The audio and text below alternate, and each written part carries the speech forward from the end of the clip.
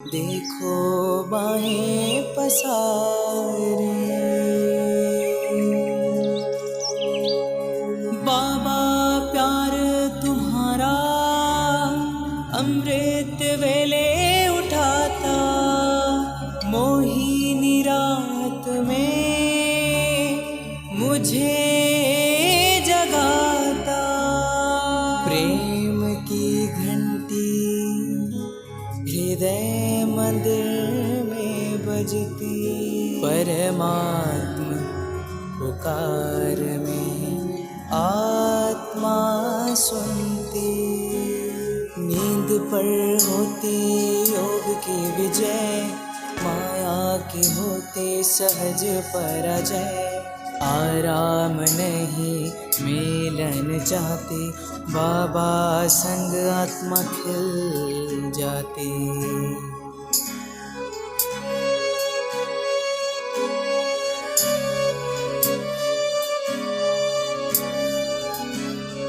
अपने कहा रात को अलविदा, परवाना हुआ क्षमा पे फिदा।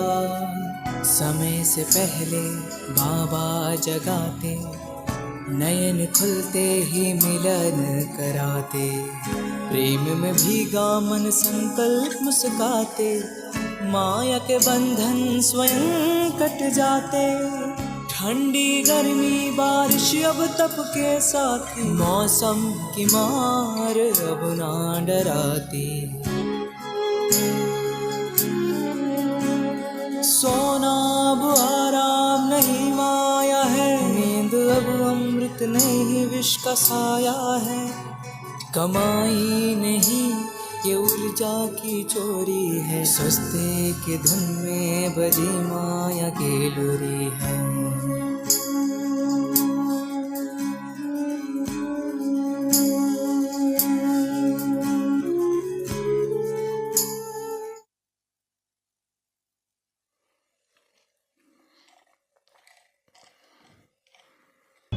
மனநிலை. கவிஞர் சொல்கிறாரு, எல்லாமே புதுசாக இருக்குது, பழசு எதுவுமே இல்லை, எதுவுமே பழசு இல்லை. இது காலையும் இல்லை மாலையும் இல்லை. காலையில் மேஜிக், மார்னிங்ஸ் ஆர் மேஜிக்கல், அப்புறம் ஈவினிங் கூட ரொம்ப அழகாக இருக்குது. காலை நேரம் கவிதை, மாலை நேரம் சங்கீதம்.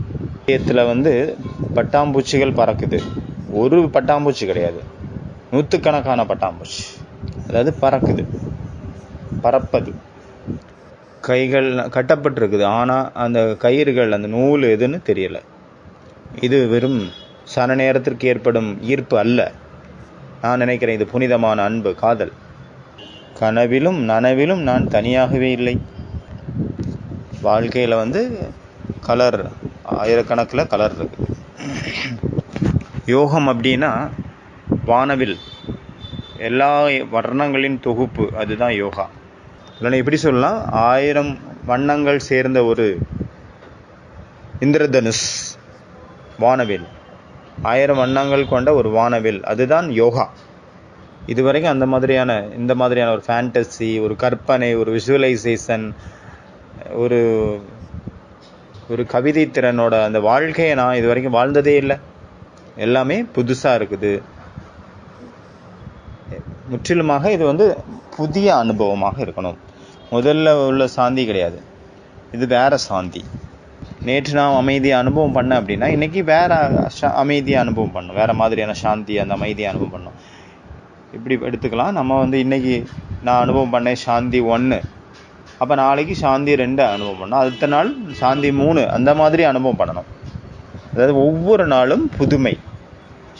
அப்புறம் அடுத்த நாள் சாந்தி 4, சாந்தி 4, இந்த மாதிரி 108 வகையான சாந்தி, அந்த அமைதியை அனுபவம் செய்யணும். புதுசு புதுசாக 108 வகையான அன்பை அனுபவம் பண்ணோம், 108 வகையான சக்தியை அனுபவம் பண்ணோம், 108 வகையான ஆனந்தத்தை அனுபவம் பண்ணணும். அதனால் எல்லாமே புதுசாக இருக்கணும், ஒவ்வொரு நாளும் புதுசாக இருக்கணும்.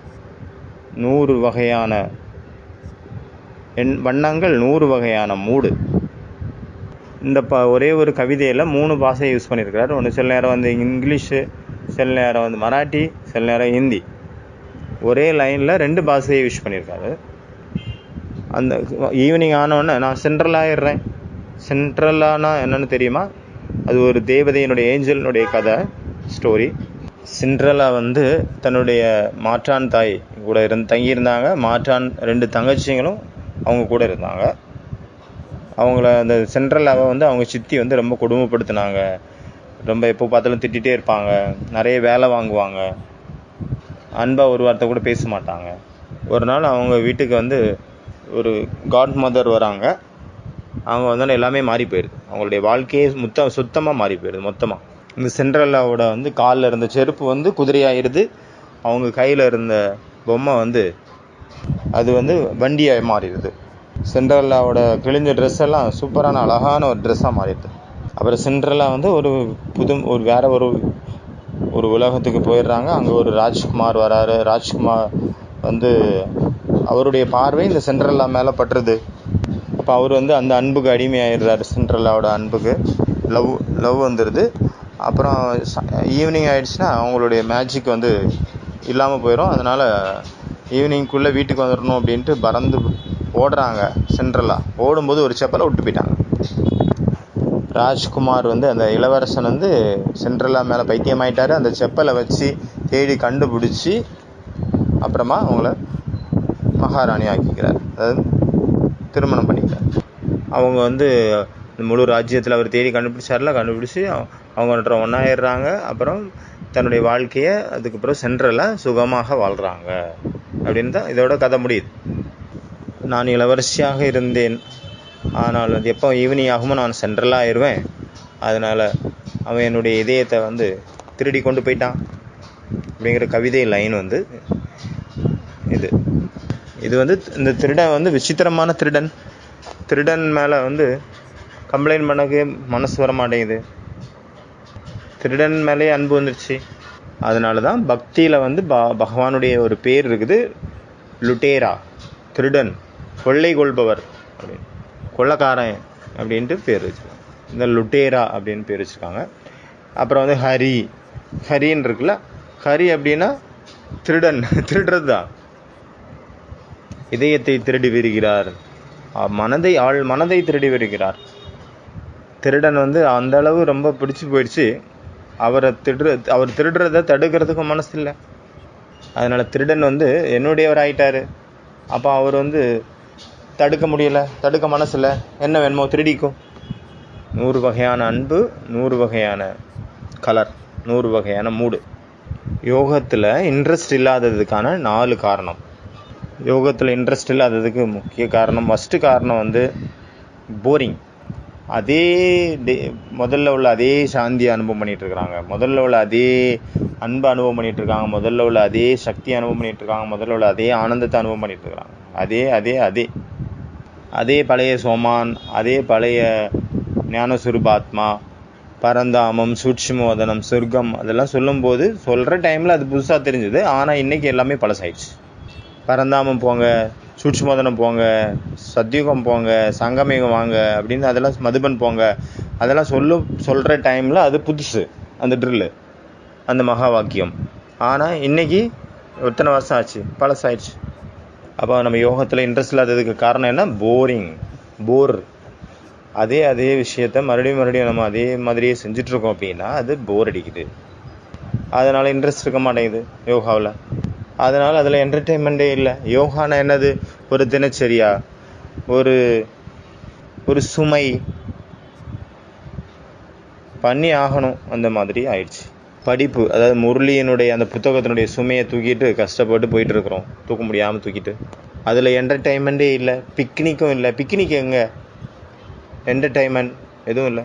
டான்ஸ் இருக்கும், இல்லைன்னா பாடுவாங்க, ஆடுவாங்க, பாட்டி இருக்கும். அதே போல் யோகாங்கிறது ஒரு நடனமாக ஆயிடணும், நாட்டியமாக ஆயிடணும். நினைவு யாத்திரையானது ஒரு நாட்டியத்தினுடைய யாத்திரையாக ஆயிடணும். 2வது வந்து சோம்பேறித்தனம். இதை பற்றி தான் இன்றைக்கி பாபாவனுடைய மகா வாக்கியம் இருக்குது. சோம்பேறித்தனம் வருது, தூக்கம் வருது. இந்த தூக்கம், அந்த சோம்பேறித்தனம் எல்லாத்தையும் எப்படி ஓட்டுறது அப்படிங்கிறதுக்கான உபாயத்தை வந்து பாபா இன்றைக்கி முரளியில் சொன்னார். எதனால் வந்து சோம்பல் வருது? அதே விஷயத்தையே பண்ணிகிட்ருக்குறாங்க. அதே விஷயத்தின் மேலே அட்டாச்மெண்ட்டு. எல்லாமே அதே மாதிரியே அப்படியே செஞ்சிட்ருக்கிறதுனால சோம்பேறித்தனம் வந்துடுது. அதே பழைய சோமான், அதே பழைய முரளி, அதே பழைய மெத்தடு யோகா, அதே பழைய சோமான் விஜயி பவ, நான் மாஸ்டர் சர்வசக்திவான், நான் விக்ன விநாசக், நான் நிர்விக்ன ஆத்மா, நான் மகான் ஆத்மா. பாபா நெத்தியில் பொட்டு வைக்கிறார் விஜயி பவ, தலையில் கை வைக்கிறார் வெற்றி சஃபல்தா முரத் பவ, சஃபல்தா முரத் பவ. அவ்வளோதான், முடிஞ்சுது. சோமானும் பழசு, வரதானமும் பழசு, இடமும் பழசு, எல்லா கமாண்ட்ரிஸும் அதே அதே அதே. அதனால் சோம்பல் வந்துடுது, சோம்பேறித்தனம். அடுத்தது 3வது தக்காவட், அதாவது களைப்பு, அதாவது டயர்டாக இருக்குது. எப்போவாவது யோகா பண்ணுறீங்க அப்படின்னா யோகா டைமில் டயர்டாக இருக்குது. யோகாவை நீங்கள் பெஸ்ட் ஆக்கணும் அப்படின்னா உங்களுடைய மூமெண்ட்ஸ் பெஸ்ட்டாக மாற்றிக்கணும். நல்ல பெஸ்ட்டான நேரத்துக்கு நீங்கள் வரணும், பெஸ்ட்டான நேரத்தை கொண்டு வரணும். யோகா ஒரு லவ் ஸ்டோரி ஆயிடணும். யோகா என்னவாக இருக்கணும், ஒரு என்டர்டெயின்மெண்ட்டாக இருக்கணும். யோகா லவ் ஸ்டோரியாக இருக்கணும். யோகா அப்படிங்கிறது ஒரு விளையாட்டாக இருக்கணும். யோகா அப்படிங்கிறது ஒரு கேமாக இருக்கணும். யோகா அப்படிங்கிறது ஒரு பிக்னிக்காக இருக்கணும். யோகா அப்படிங்கிறது ஒரு நாட்டியமாக இருக்கணும். யோகா அப்படிங்கிறது ஒரு எக்ஸைட்மெண்ட்டாக இருக்கணும், ஒரு மோஜாக இருக்கணும், ஒரு மஸ்தியாக இருக்கணும், ஒரு கீதமாக இருக்கணும், ஒரு சங்கீதமாக இருக்கணும். யோகா இந்த மாதிரி வெரைட்டியாக இல்லை அப்படின்னா அந்த யோகா எப்படி இருக்கும், ஒன்றும் இல்லாத போல் இருக்கும். சோம்பலாக இருக்கும், டயர்டாக இருக்கும்.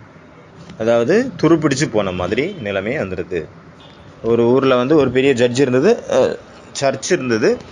அது பல வருஷத்துக்கு முன்னாடி உள்ளது, பல 100 வருஷத்துக்கு முன்னாடி உள்ளது. ரொம்ப பழசானதுனால அது எப்போ வேணாலும் நம்ம கூரையிலேருந்து மேலே, நம்ம தலைக்கு மேலே எது வேணாலும் கலந்து விழலாம். அதனால் நிறைய பேர் சர்ச்சுக்கு வரதையே நிறுத்திட்டாங்க. சர்ச்சினுடைய நிலைமை அந்த மாதிரி மோசமாக இருந்ததுனால வரதை நிறுத்திட்டாங்க. மின்னல் மின்னுச்சுன்னா நமக்கு சர்ச்சுக்குள்ளேயே வந்துடுற மாதிரி தோணும். இடி இடிச்சதுன்னா இடி விழுந்துடக்கூடாது அப்படின்னு பயம் எல்லாருக்கும். மழை பெஞ்சதுன்னா நம்ம மேலே கூரை விழுந்துடக்கூடாது அப்படின்னு பயம். காற்று அடிச்சதுன்னா கூரையை தூக்கிட்டு போயிடக்கூடாது அப்படின்னு பயம். அதனால் மனிதர்கள் வர்றதையே நிறுத்திட்டாங்க சர்ச்சுக்கு. அதனால் சர்ச்சுக்கு யாருமே வரல.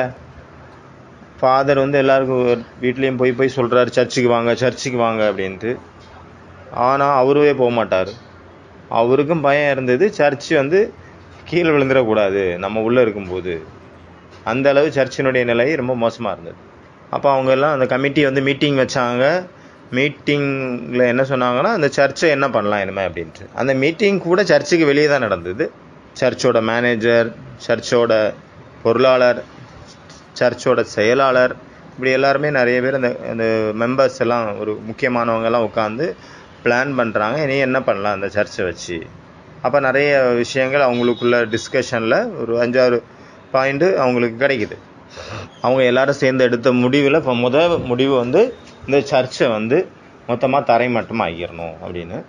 2வது விஷயம் என்ன அவங்க முடிவெடுக்கிறாங்க, அப்போ புது சர்ச்சை உருவாக்கணும், புது சர்ச்சு கட்டணும் அப்படின்னு. சரி, இது வரைக்கும் ஓகே. அப்புறம் இன்னொரு 3வது முடிவு என்ன எடுத்தாங்கன்னா, பழைய சர்ச்சில் இருக்கக்கூடிய அந்த செங்கலை வச்சு தான் புது பில்டிங் கட்டணும், புது சர்ச்சு கட்டணும் அப்படின்னு. பழைய சர்ச்சில் இருக்கிற கதவை வச்சு தான் புது சர்ச்சு உருவாகும். பழைய சர்ச்சில் இருக்கக்கூடிய ஜன்னலை வச்சு தான் புது சர்ச்சிலையும் ஜன்னல் வைப்போம். செங்கலும் அதே தான். அதேமாதிரி எல்லாமே பழைய சர்ச்சிலேருந்து எடுத்து யூஸ் பண்ணுவோம் அப்படின்னு முடிவாச்சு. சரி, இது வரைக்கும் ஓகே. பழைய சர்ச்சினுடைய அந்த ஃபவுண்டேஷன் இருக்குல்ல, அந்த ஃபவுண்டேஷன்லேருந்து தான் புது சர்ச்சு கட்டுவாங்க அப்படின்னு முடிவாச்சு. சரி, இது வரைக்கும் ஓகேன்னு வச்சுக்கோங்க. ஆனால் 4வது முடிவு எடுத்தாங்களே, எது வரைக்கும் புது சர்ச் உருவாகலையோ அது வரைக்கும் பழைய சர்ச்சை நாங்கள் உடைக்க மாட்டோம், உடைக்கக்கூடாது. அதே பழைய சர்ச்சு இன்றைக்கி வரைக்கும் அங்கே தான் இருக்குது. அது ஒன்றுமே ஆகலை, சேஞ்சும் ஆகலை, ஒன்றும் நடக்கலை. ஏன்னா பழைய விஷயங்கள் மேலே அவ்வளோ மோகம், பழையத்துக்கு மேலே அவ்வளோ பற்று. பழைய பரம்பரைகள், பழைய மூட நம்பிக்கைகள், பழைய விஷயங்கள், அதை அவங்க விடுறதுக்கே விரும்ப மாட்டேங்கிறாங்க. நிறைய பேர் இது எங்கள் தாத்தாவுடைய சொத்து, எங்கள் அப்பாவுடைய சொத்துப்பா, அந்த காலத்தில் உள்ளது, அதை அழிக்கிறக்கூடாது அப்படின்ட்டு பழைய வீட்டிலேயே மோசமான நிலையில் இருக்கும், அதிலே இருந்துகிட்ருக்குறாங்க, பழசுலேயே இருக்காங்க. அவ்வளோ மோகம். பழைய பழக்க வழக்கங்கள், பழைய நினைவுகள், பழைய நினைவை இன்னும் வச்சுக்கிட்டு அல்லல் பட்டுருப்பாங்க. அதனால் பழைய விஷயங்கள் மேலே ரொம்ப மோகம் இருக்கிறதுனால இன்றைக்கி பாபா அவருடைய மகா வாக்கியத்தில் பாபா என்ன சொன்னார், அதனால் பாபா வந்து இன்னையோடைய வாணியில் 4 ஸ்தம்பத்தை சொல்கிறாரு, 4 தூண்கள், அதாவது 4 ஜென்மம், 4 ரேகை பற்றி பாபா சொல்கிறாரு இன்னைக்கு. ஃபஸ்ட்டு இது வந்து ஃபஸ்ட்டு ரேகை வந்து பாபா சொல்கிறாங்க, இது புது ஜென்மம் எடுத்துக்கிறீங்க, தெய்வீகமான ஜென்மம் பிறப்பு எடுத்திருக்கீங்க, அதனால் இதனுடைய ரேகை கண்டிக்கப்பட்டு விடக்கூடாது. அப்புறம் 2வது ரேகை வந்து இந்த பாலனை வந்து வீணாகி போயிடக்கூடாது. 3வது வந்து படிப்பினுடைய ரேகை. படிப்பில் வந்து உண்மையான மாணவன் யார்? நான் அர்ஜுனன் ஆவேன், நான் தான் அர்ஜுனன் அப்படின்னு யார் நினைக்கிறாங்களோ அவங்க தான் ஸ்டூடெண்ட்ஸ். இந்த மாதிரி யார் நினைக்கிறாங்களோ அவங்க தான் உண்மையான ஸ்டூடெண்ட்ஸ். ஏன் அப்படின்னா இது வந்து சாதாரண எந்த ஒரு மனிதனாலும் படிப்பிக்கக்கூடிய படிப்பு அல்ல, இது மனிதன்லேருந்து தேவதை ஆக்கக்கூடிய பரமாத்மாவால் படிப்புக்கூடிய படிப்பு ஆகும். சேவை அடுத்தது 4வது. சேவையில் அந்தளவு ஒரு அம்பு தைக்கலை அப்படின்னா நிராகாரி, நிர்விகாரி, நிரகங்காரியினுடைய அந்த பாடம் நமக்கு மண்டையில் ஏறாது. அதாவது சேவையினுடைய அம்பு வந்து எப்போ போய் மற்றவங்கள தாக்கும் அப்படின்னா அதில் நிராகாரி தன்மை, நிர்விகாரி தன்மை, நிரகங்காரி தன்மை 3ம் இல்லாத வரைக்கும் அது அந்த சேவையினுடைய அம்பு மற்றவங்கள தைக்க முடியாது. அதனால் 4 ரேகைகள், இந்த 4மே எழுதப்படலை. இது எல்லாமே ஆத்மாவனுடைய சைத்தன்ய தன்மை. நம்மளுடைய பிறப்பும் திவ்யமானது, தெய்வீகமானது, நம்மளுடைய பாலனையும் தெய்வீகமானது. வெறும் சாப்பாடு கொடுக்கக்கூடிய அந்த பாலனை கிடையாது. இந்த படிப்பு வெறும் சப்தம் அல்ல, புத்தகத்தில் உள்ள எழுத்துக்கள் அல்ல. இது படிப்பு அப்படிங்கிறது பரமாத்மாவுடைய மகா வாக்கியங்கள். வெறும் முரளி கிடையாது, முரளி மட்டும் இல்லை, வாழ்க்கையை மாற்றக்கூடிய சூத்திரங்கள் இதில் இருக்குது. அதுதான் படிப்பு. இது பரமாத்மாவனுடைய ஸ்லோகன். 4வது வந்து சேவையில் வந்து அகங்காரம் வந்து உள்ளே புகுந்துடக்கூடாது. அப்போ அது அகங்காரம் வந்துருச்சுன்னா அது சேவை இல்லை. அதனால தான் பாபா சொன்னார், இந்த ரேகைகள்லாம் பாருங்கள், அதை செக் பண்ணுங்கள், இந்த ரேகைகள் அழியாததாக இருக்கிறதா இல்லை எங்கேயாவது அழிஞ்சிருக்குதா அப்படின்னு செக் பண்ணுங்கள். இந்த புதிய ஜென்மத்தில் எல்லாமே புதுசாக இருக்கணும், வண்ணங்களும் புதுசு, வாழ்க்கையும் புதுசு. பழசை நம்ம வந்து விட மாட்டேங்கிறோம், அதை பிடிச்சு வச்சுருக்குறோம். கேள்வி என்ன அப்படின்னா எதெல்லாம் புதுசு? ஏற்கனவே சொல்லியாச்சு, நம்ம நிறைய பார்த்தாச்சு. புது இடத்துக்கு போங்க, புது ஆட்களை பாருங்கள், புது ஆட்களுக்கு சகாஸ் கொடுங்க, புது விதமாக சகாஸ் கொடுங்க, புது சொமான், புது ஸ்லோகன், புது பயிற்சி, புதுமையான ஸ்திதி. சில நேரம் விதை சுரூப நிலை, சில நேரம் ஃபரிஸ்தா, சில நேரம் வந்து கர்மாதி ஸ்டேஜ். இதெல்லாம் கூட பழசாகி போச்சு. ஏன்னா எப்போ சொன்னது இந்த பாயிண்ட்ஸ் எல்லாம்? சில நேரம் விதை சுரூபம், சில நேரம் கர்மாதித் நிலை, சில நேரம் பாபாவனுடைய கண்ணின் மணியாக இருக்கிறேன், சில நேரம் பரந்தாம் வாசி, சில நேரம் பூமியில் இருக்கிறேன், சில நேரம் சுற்றுமதனம் போங்க, சில நேரம் பரந்தாமம் போங்க, சில நேரம் பூமியை சுற்றி வாங்க, சில நேரம் மதுபனுக்கு வாங்க, பிக்னிக் பண்ணுங்கள், என்டர்டெயின்மெண்ட் பண்ணுங்கள், எல்லாமே புதுசாக பண்ணுங்கள். இது எல்லாம் போக வேறு என்ன புதுசு? இந்த இப்போ சொன்னதெல்லாம் சொல்லாதுங்க, வேறு ஏதாவது புதுசாக சொல்லுங்கள். என்னெல்லாம் இதில் சொல்லப்பட்டதோ மகா வாக்கியங்களில் அது எல்லாமே பழசு. ஒருவேளை பகவான் இப்போ வராரு, இப்போ வந்து சொன்னார்னா இப்போத்துக்கு ஏற்ற மாதிரி புதுசாக சொல்லுவார். பாபா இன்றைக்கி வராருன்னு வச்சுக்கோங்க, இன்றைக்கி வந்தாருன்னா நம்ம பார்த்த இந்த பாயிண்டெல்லாம் சொல்ல மாட்டார். ஏன்னா இதெல்லாம் எக்ஸ்பைரி ஆயிடுச்சு. அப்டேட்டட் வெர்ஷன் வேணும் இல்லையா? அப்டேட் ஆகுதுல்ல ஒவ்வொரு இதுலேயும். அதே மாதிரி அப்டேட்டடாக பாபாவுடைய மகா வாக்கியம் இருக்கணும். இன்றைய காலத்துக்கு ஏற்ற மாதிரி புதுசு என்ன? ஸ்வரூபம் பார்த்தாச்சு, சொமான் பார்த்தாச்சு, அப்புறம் வரதானம் பார்த்தாச்சு, ஸ்லோகன் பார்த்தாச்சு, உலகம் பார்த்தாச்சு, எல்லாமே பார்த்தாச்சு. அப்போ புதுசு அதை தவிர வேற என்ன?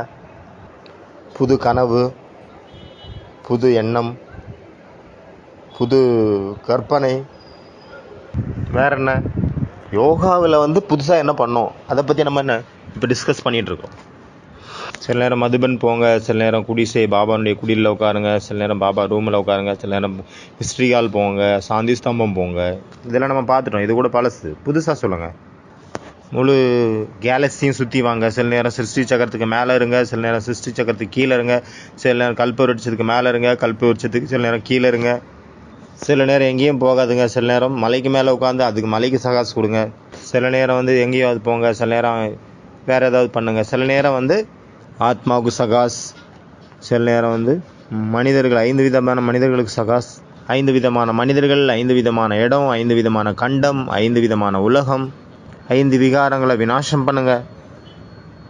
அதாவது நான் கேட்குறது இதெல்லாம் சொல்லக்கூடாது. இது இல்லாமல் வேறு ஏதாவது இருந்தால் சொல்லுங்கள் புதுசாக.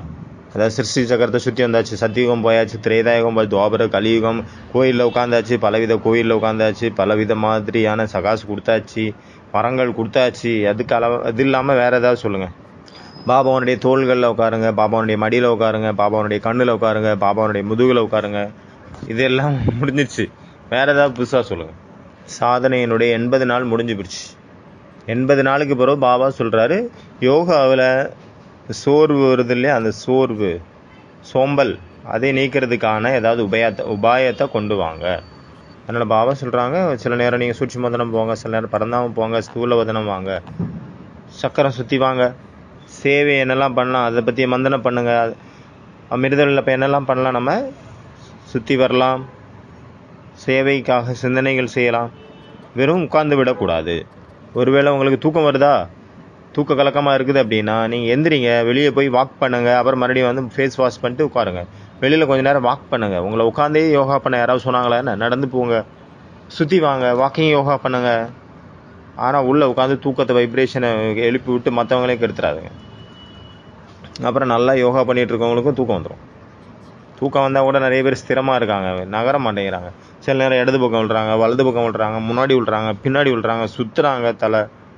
சிலர் தலையை ஆட்டுறாங்க, சில நேரம் அவர் தோல் மேலே விழுறாங்க, சில நேரம் இந்த பக்கம் தோல் மேலே விழுறாங்க, யார் தோல் மேலேயாவது.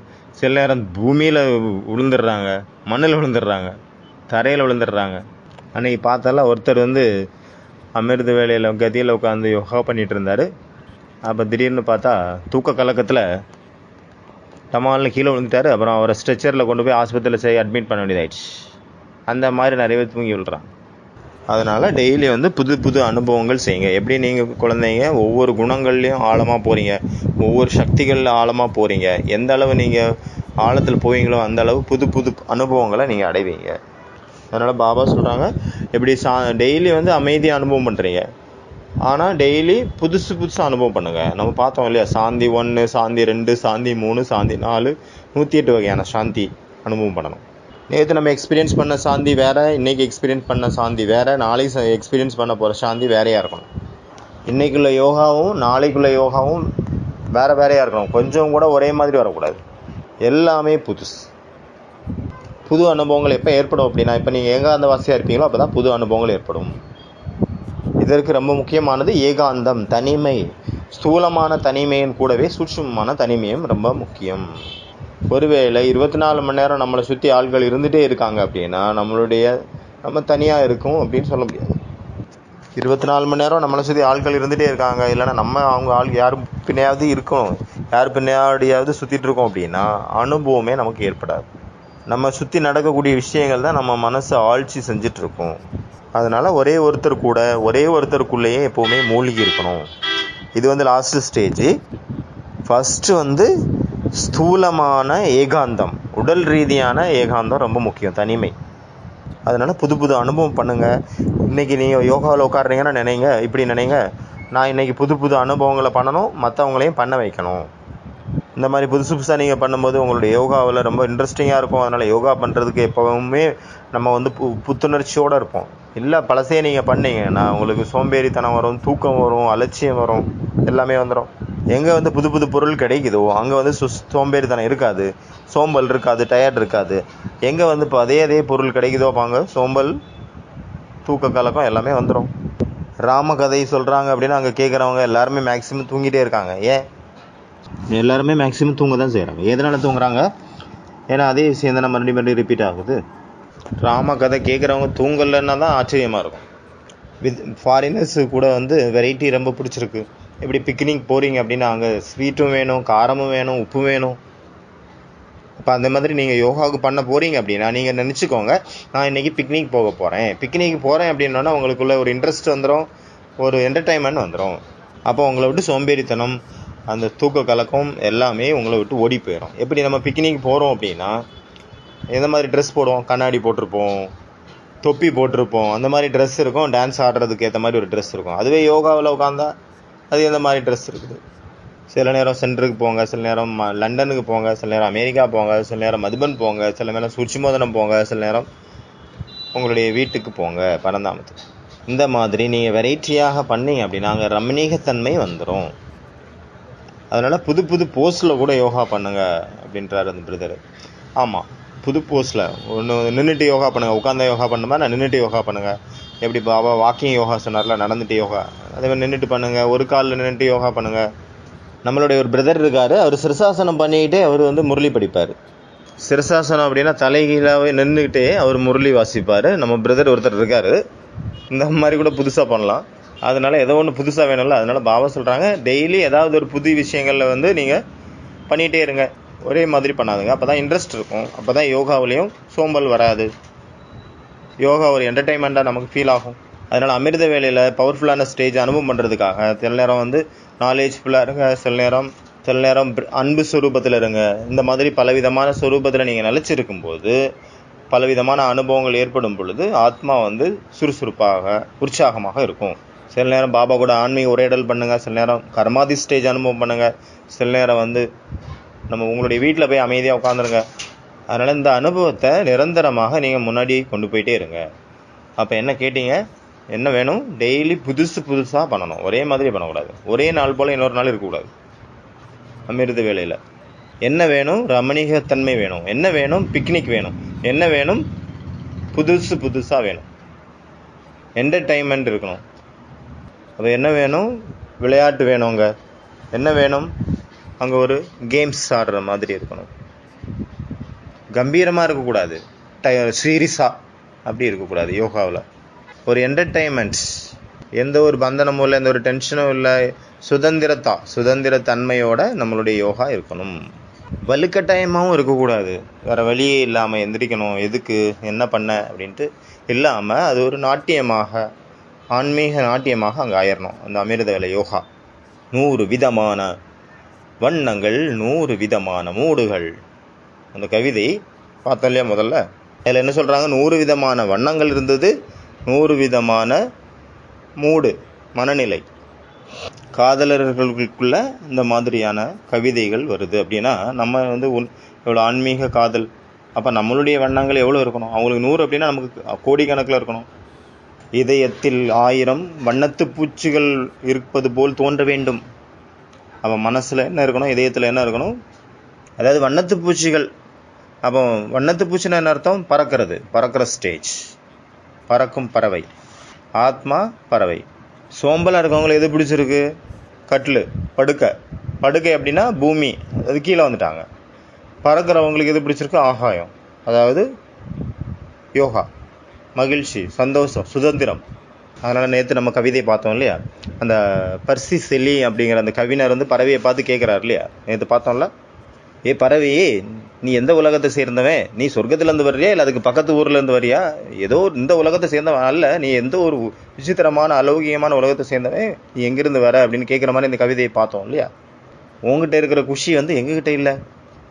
உன்னுடைய காதலில் வந்து போரிங் இல்லை, ஆனால் எங்களுடைய காதல் வந்து மனித காதல் எப்படி இருக்குது அப்படின்னா, லவ் பண்ணி போரிங் ஆயிடுது, ஒரு போர்னஸ் வந்துடுது, ஒரு சலிப்பு வந்துடுது. உனக்கு எதுவுமே போர் அடிக்கிறது இல்லை, ஆனால் நாங்கள் மனிதர்கள் கூட அன்பு பண்ணுறது கூட போர் அடிச்சு போயிடுது.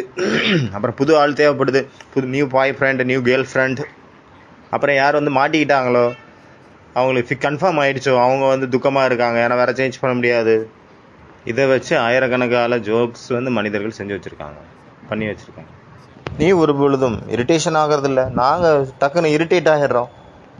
அதனால் நீ உன்னுடைய சிறப்பு தன்மையில் கொஞ்சமாவது எங்களுக்கு கற்றுக் கொடு.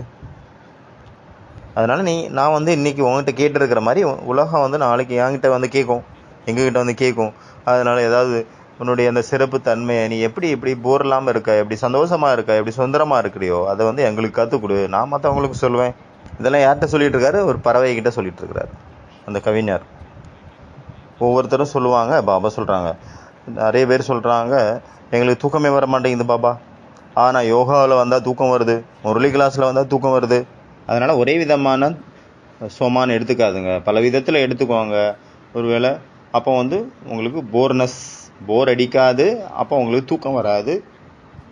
எவ்வளோதான் பெரிய விஷயமா இருந்தாலும் சரி, லட்டு எனக்கு பிடிக்கும், இல்லை குலாப் ஜாமுன் எனக்கு பிடிக்கும், அல்வா எனக்கு பிடிக்கும் அப்படின்னா அதே டெய்லி சாப்பிட்டுட்டு இருக்கிறேன், நிறைய சாப்பிட்டுட்டு இருக்கேன் அப்படின்னா என்ன ஆயிரும், ஒரு காலத்தில் போர் அடிச்சிடும். அதனால் இதே போல் யோகாவில் கூட ஒரே விதமான அனுபவங்களை நம்ம பண்ணுறோம் அப்படின்னா அங்கே போரி அடிக்குது, சலிப்பு ஏற்படுகிறது, திகட்டி போயிடுது, மனசு அப்போ புதுசாக கேட்குது. அதனால் சில நேரம் லைட் ஹவுஸ், மைட் ஹவுஸ், சில நேரம் பரந்தாமம், சில நேரம் சிருஷ்டி சக்கரத்துக்கு மேலே, சிருஷ்டி சக்கரத்துக்கு நடுவில், சிருஷ்டி சக்கரத்துக்கு கீழே, மரத்துக்கு மேலே, மரத்துக்கு கீழே, இந்த மாதிரியான பல விதமான ஸ்டேஜில் நீங்கள் அனுபவம் பண்ணுங்கள். பரிஸ்தாவாக இருந்து எல்லாருக்கும் சகாஸ் கொடுங்க, பல விதத்தில் சகாஸ் கொடுங்க. பாபா வந்து நிறைய உங்களுக்கு டைட்டில்ஸ் கொடுத்துருக்குறாரு, அந்த டைட்டிலை நினச்சி பாருங்கள், அதில் நிலச்சிருங்க. சில நேரம் கண்ணின் மணியாக ஆகி பாபாவனுடைய கண்ணுக்குள்ளே மூழ்கிருங்க. சில நேரம் பாபாவனுடைய நெற்றிமணி ஆயிருங்க, சில நேரம் உங்களுடைய நெற்றிமணி ஆயிருங்க, பாபாவனுடைய தலையினுடைய கிரீடமாயிருங்க. வெரைட்டியாக நீங்கள் அனுபவம் பண்ணலை அப்படின்னா என்ன ஆகும், சோம்பல் வரும், என்ன வரும், களைப்பு வரும். அதனால் வெரைட்டியாக அனுபவம் பண்ணீங்க அப்படின்னா டேஸ் வரும், என்ன வரும், பாபா சொல்கிறாங்க, ரமணீகத்தன்மை வரும், மன மகிழ்ச்சி ஏற்படும். பாபா வந்து டெய்லி முரளியில் பலவிதமான டைட்டில்ஸ் கொடுக்குறாரு, சொமான் கொடுக்குறாரு. எதுக்காக கொடுக்குறாரு, அப்போ தான் நீங்கள் அதில் நிலச்சிருக்கணும் அப்படிங்கிறதுக்காக கொடுக்குறாரு. அதனால் டெய்லி வரக்கூடிய முரளிலேருந்து வரக்கூடிய புது அந்த டைட்டில்ஸை, அந்த சொமானை அதை எடுத்துக்கிட்டு அந்த சுரூபத்தில் நிலச்சிருங்க. அப்போ உங்களுக்கு போர் அடிக்காது, டயர்டாகாது, தூக்கம் வராது. அப்புறம் இன்னொரு விஷயம் இருக்குது, இந்த வெரைட்டியில் நம்ம இடம் புதுசுன்னு சொல்லிட்டோம், மனிதர்கள் புதிய மனிதர்கள், ஸ்திதி புதுசு பார்த்துட்டோம், மனநிலை புதுசு பார்த்தாச்சு, அப்புறம் டைட்டில் புதுசு பார்த்தாச்சு, சொமான் வந்தாச்சு, வரதானம் வந்தாச்சு, ஸ்லோகன் வந்தாச்சு புதுசாக. அப்புறம் இன்னொன்று சமயம், அது நம்ம மிஸ் பண்ணிட்டோம். நேரம், புதுமையான நேரம், இந்த டைம். நம்ம இந்த டைம்னா இந்த டைம் பார்க்கல, இப்போ 5 மணி ஆச்சு அந்த டைம் சொல்லலை, நம்ம வந்து டைம் ட்ராவலை பற்றிய விஷயத்தை பேசிகிட்ருக்கோம். ஓகேவா? எப்படி பண்ணுங்கள், 2020க்கு போயிருங்க, ட்ராவல் பண்ணி டைம் மிஷின் வந்திருக்கு உங்ககிட்ட இருக்குது, அதில் ட்ராவல் பண்ணி 2020 போயிட்டீங்க. 2020 போய் யோகா பண்ணுங்கள். அப்புறம் 2015க்கு போங்க, அங்கே போய் யோகா பண்ணுங்கள். அப்புறம் 2010 போய் யோகா பண்ணுங்கள். இதுக்கு தான் என்ன பேர், டைம் ட்ராவல், அதாவது காலப்பயணம். இல்லை 2000 வருஷத்து 2000க்கு போங்க, அங்கே ஒரு 3 நாள் யோகா பண்ணுங்கள். நல்லா இருந்ததுன்னா 2-3 நாள் அங்கேயே இருங்க 2020லேயே, இல்லைன்னா உடனே வந்துடுங்க. நம்ம டைம் ட்ராவலை பற்றி நேற்று பார்த்தோம்ல, எவ்வளோ பாயிண்ட்ஸ் பார்த்தோம் அதை பற்றி. அதே மாதிரி டைம் ட்ராவலில் இப்படி தானே அவங்க காட்டியிருக்காங்க, கற்பனையான கதைகளில். சில நேரம் போகிறாங்க உடனே வந்துடுறாங்க, சில நேரம் ஒரு நாள் ஃபுல்லாக இருக்கிறாங்க. அதாவது அதில் என்ன காட்டியிருக்காங்க, அவங்க ஏதாவது தப்பு பண்ணிடுவாங்க, உடனே டைம் ட்ராவல் பண்ணி போவாங்க, அந்த அவங்க தப்பு பண்ணதை சரி பண்ணிடுவாங்க, அப்புறம் அவங்களுடைய ஃப்யூச்சரும் சரியாயிரும், ப்ரெசென்ட்டும் சரியாயிரும் அப்படிங்கிற மாதிரி காட்டுவாங்க. அதே மாதிரி நம்மளும் நம்மளுடைய கடந்த காலத்தில் நடந்த நிகழ்ச்சிகள் ஏதாவது தப்பு பண்ணியிருந்தோம் அப்படின்னா அதை சரி பண்ணி விட்டுருணும். ஓகே, 2020 போயிருங்க, 2019-20. அப்போ கொரோனா வந்திருக்கு, ரூமுக்குள்ளே நம்ம உள்ளே இருக்கோம், அப்போ யோகா பண்ணிகிட்டு இருக்கிறோம். 2015க்கு போங்க, பாப்தாதா வந்திருக்கிறார் டைமண்ட் ஹாலில், அவரை நான் மீட் பண்ணுறேன், மதுபன் போய் அவரை மீட் பண்ணுறேன். 2010 போங்க, 2005 போங்க, 2000 போங்க, பாபா வந்த டைமில் அங்கே போகிறீங்க, அங்கே பாபாவை மீட் பண்ணுறீங்க, அவர்கிட்ட திருஷ்டி வாங்குறீங்க, அங்கே உள்ள எல்லா கிளாஸும் அட்டன் பண்ணுறீங்க, அப்புறம் ட்ரெயினில் கிளம்பி வந்துடுறீங்க. அந்த மாதிரி பாருங்கள். இல்லைன்னா 2030க்கு போயிருங்க, 2035க்கு போயிருங்க. சரி, இன்றைக்கி ஹோம்ஒர்க் நம்ம பார்க்கல. ஃபஸ்ட்டு ஹோம்ஒர்க் வந்து அந்த 3 உலகங்களுடைய படத்தை வரைங்க. இது வந்து சோல் வேர்ல்டு, அடுத்தது வந்து சப்டில் வேர்ல்டு, அடுத்தது வந்து கார்போரியல் வேர்ல்டு. இது ஃபஸ்ட்டு ஹோம்ஒர்க்கு. 2வது வந்து கற்பனை பண்ணுங்கள், ஒரு குகை இருக்குது, அந்த குகைக்குள்ளே நான் உட்காந்துருக்கேன், அதில் உட்காந்து தியானம் பண்ணிகிட்ருக்கேன். இது 2வது. இந்த மாதிரி ஒரு புது எக்ஸ்பீரியன்ஸ் பண்ணுங்கள். 3வது ஹோம்ஒர்க் என்ன அப்படின்னா, ஒரு வந்து மெழுகுவர்த்தி எடுத்துக்கோங்க, அதை பற்ற வைங்க.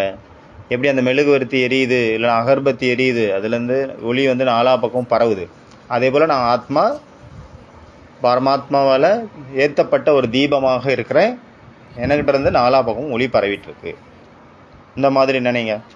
அதாவது நான் ஆத்மா தீபம் எரிஞ்சிட்ருக்கு, என்னுடைய ஆத்ம தீபம் என்கிட்ட இருந்து 4 பக்கமும் ஒளி பரவுது, நான் இந்த என்னுடைய சுற்றி இருக்கக்கூடிய இடத்துக்கு நான் ஒளி கொடுத்துட்ருக்குறேன்.